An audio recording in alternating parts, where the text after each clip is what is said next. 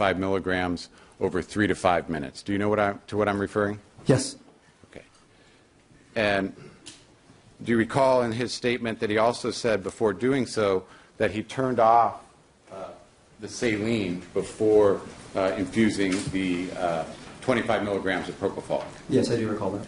And with the court's permission, if you could step down, number one, could you just explain to us how that would be infused and how you would turn off the saline? Can I just inquire, at this time, is there going to be any demonstration of propofol? Yes. May I see the attorneys? Yes.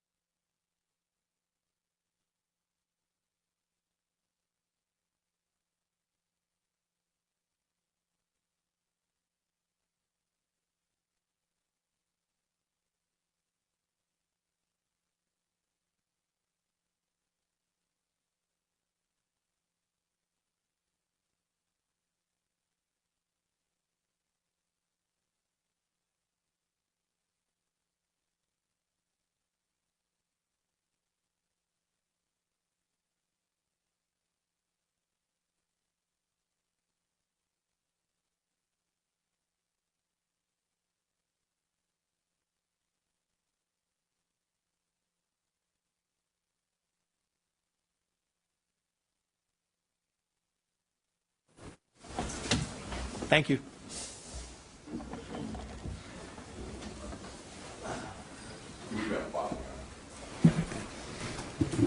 With the court's permission, may Dr. Shafer step down? Yes, and remember the admonition to try to speak as loudly as you can and position yourself about midway through the jury box. Thank you, sir.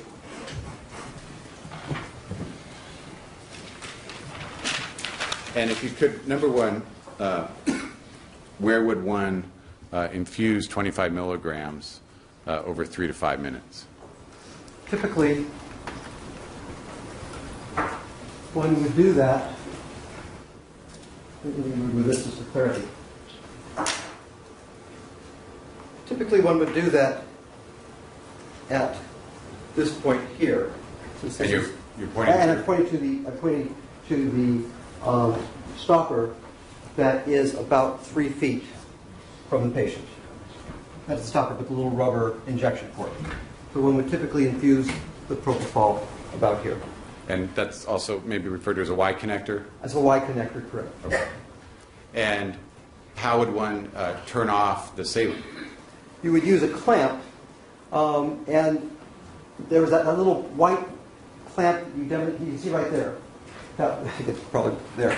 On the exhibit currently on the Elmo projector, there is a white clamp, and that's intended to completely shut off the infusion line. For this particular infusion here, And Dr. Shafer, referring to People's 157, yes, it's the same white clamp? it's that white clamp there, yes. Okay.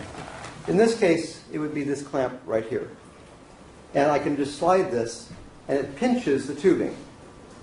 And when it pinches the tubing, let me just show you. You can see that with that clamp off, I've got a nice stream here. And I'll aim it to the trash can. As soon as I clamp this, it stops running because I've pinched the tubing. Okay. So once according to Conrad Murray, he shut off the saline and then slowly infused 25 milligrams over 3 to 5 minutes. So assuming he shut off the saline, what would be the next step? You would draw up 2.5 cc's of propofol. Okay. And could you do so, please? Sure. Now, so again, I have to put air. So I'll draw this back to 2.5 cc's.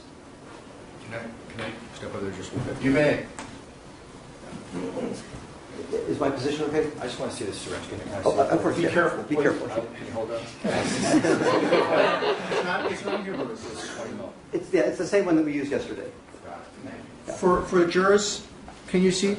Yes. Indicating affirmative. All right? This is the same one that I used yesterday. I removed the little protective cap. So I draw up the air, I inject the air, which allows me to remove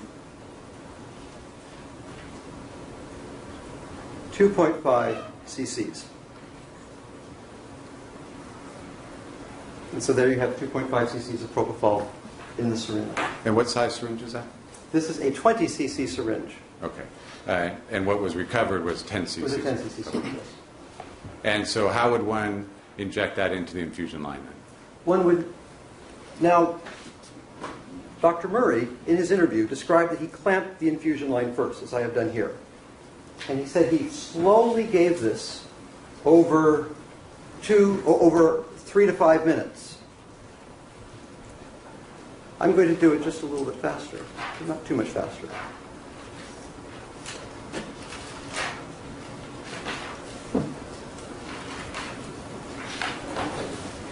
And the propofol is going down the tubing? Propofol is now going down the tubing.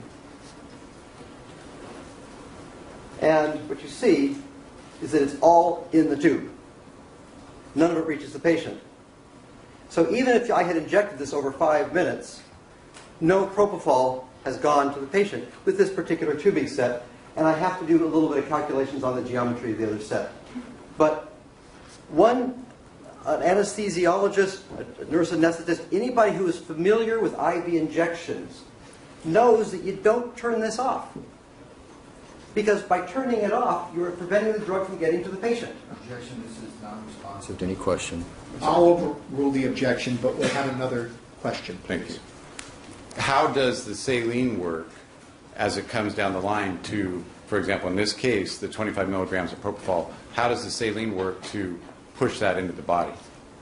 If this is running, as every drop goes here, a few moments later, it comes out here and goes to the patient. If you're going to give drug over 3 to 5 minutes, you don't clamp this. That's not a smart thing to do, because if you do, the drug just sits in the tubing.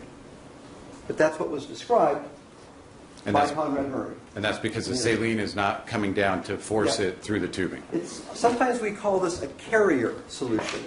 And the notion is it's carrying the drug with it. Sort of like injecting the drug into a river. And the drug flows down the river. If you stop the river, it does not go to the patient. And that's what was described.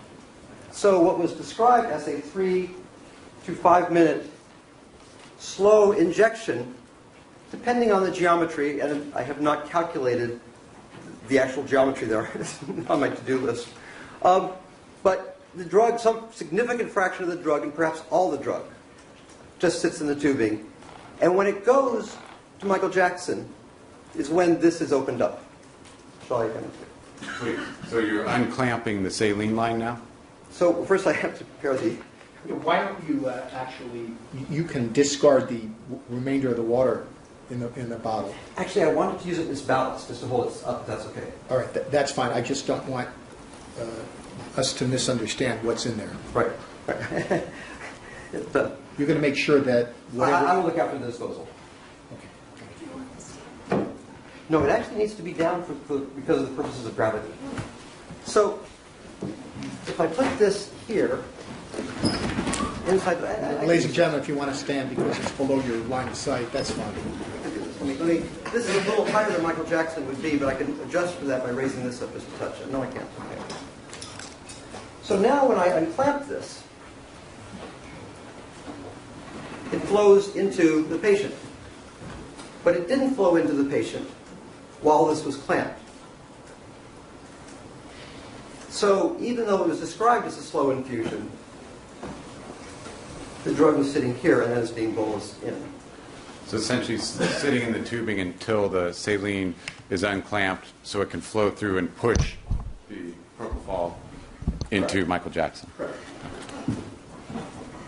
Because of the way it was described, which was not the way somebody trained in the administration of intravenous drugs would do this. You wouldn't clamp this, give the drug, and then unclamp this. It doesn't make sense. Okay. Now going back to the infusion line and the infusion setup then. So you previously spiked the 100 milliliter bottle. Correct. Okay. And that is what would you call this line? If the other one's hooked up to the saline, this line is what? This is the infusion line right here with the vented set. And is that connected to the saline line? Yes, this then gets connected to the saline line at the same Y port that we just demonstrated. And could you do that for us, please? I first need to run, I would not do that until I run the protocol through this. Okay, Shall I do that? please, May I hang it from here to run it? please. Okay. Just for the record, what are you doing? I'm going to run protocol into this line, because otherwise you would give the patient air. You said you're hanging it. I'm going to hang this bottle from this IV pole. It's not people's thought that he's using. I'm not using people's 30. I'm using a new 100 ml bottle. That's why we need the record to be clear about that. Thank you. This is for demonstrative purposes. That's not the item of evidence. Correct. Now, because this is a vent, let me first show you. If I close this vent and I open everything else up, a little bit of drug flows through. Let me make sure everything's open here.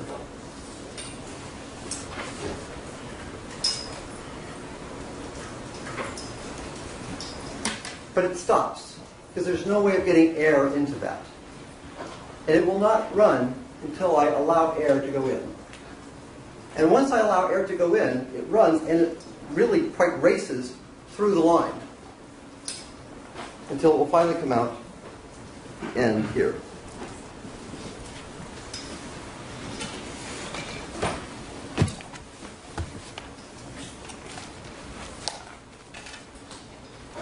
So now this has been run through to this point here.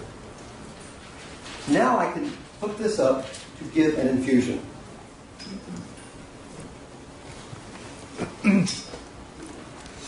This is done by attaching a needle to this end,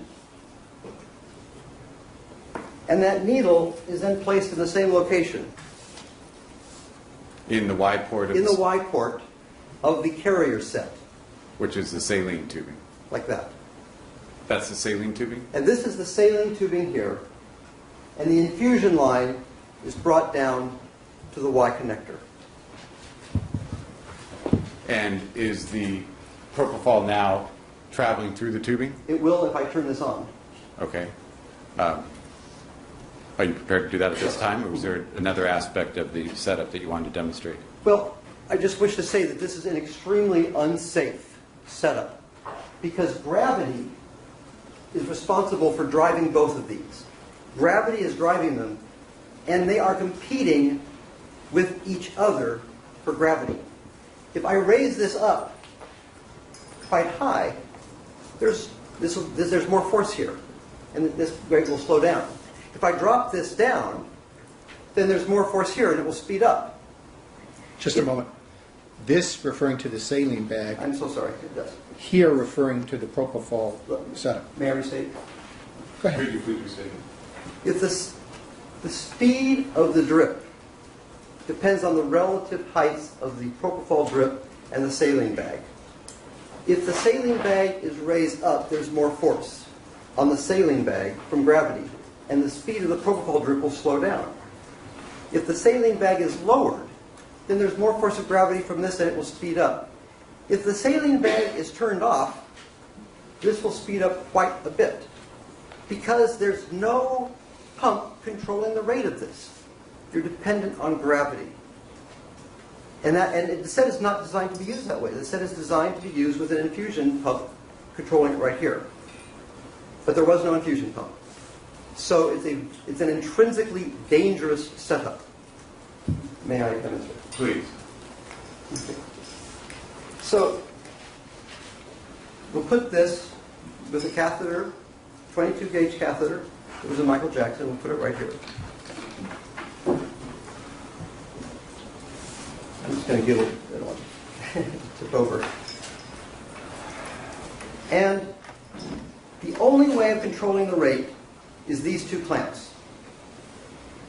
And you're talking about the two clamps? And the two clamps Wait. Remember?